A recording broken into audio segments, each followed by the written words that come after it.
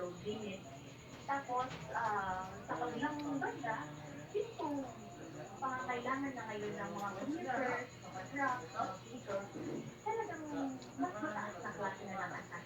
So, yun po yung disparity doon.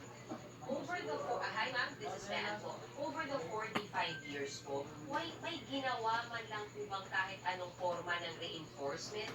Dahil nga po, this is old. The bridge is old already.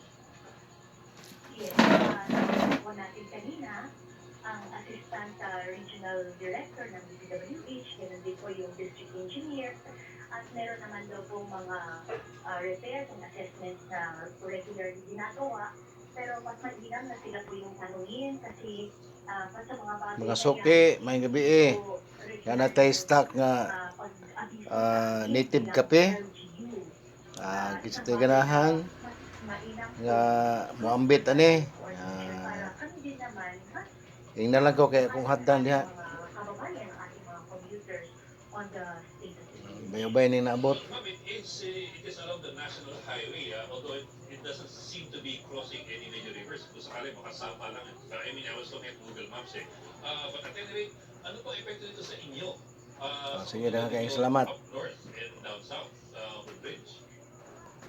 Maantala po